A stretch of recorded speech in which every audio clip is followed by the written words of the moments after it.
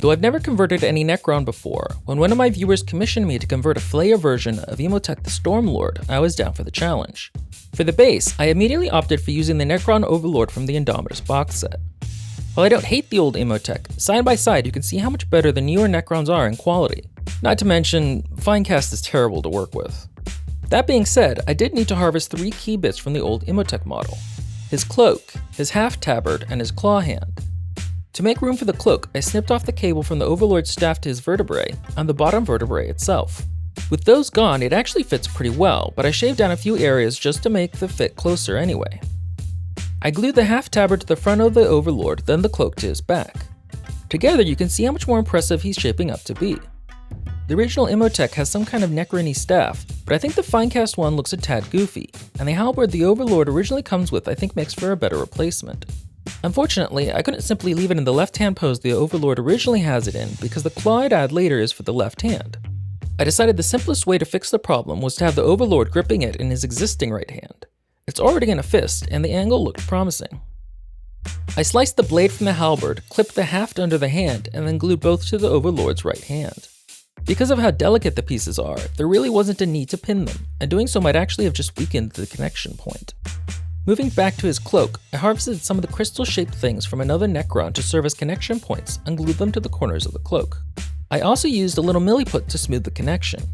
I also used milliput to fill out some of the holes in the original Imotekh claw because Finecast. Gluing the claw in place was simple enough though and fit the pose of Imotekh well.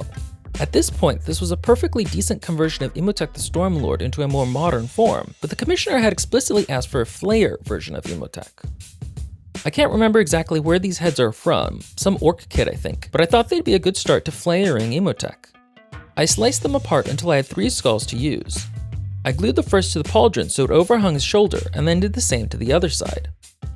They clutter his silhouette a little, but I don't think too badly and do give him some heft and brawn.